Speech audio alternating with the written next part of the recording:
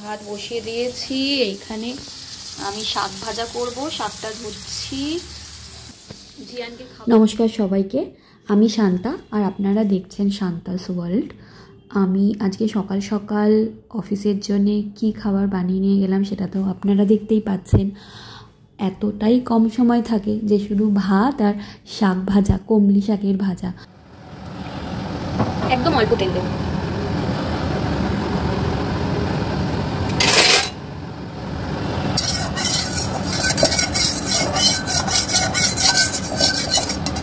একটু ডাইটিং করার চেষ্টা করছি কিন্তু হচ্ছে না, কিন্তু ট্রাই করতে আমি ছাড়বো না।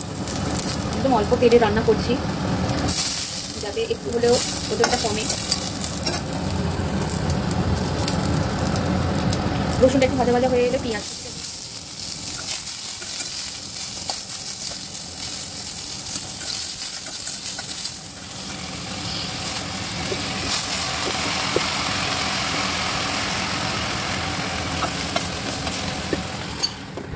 রান্না কমপ্লিট।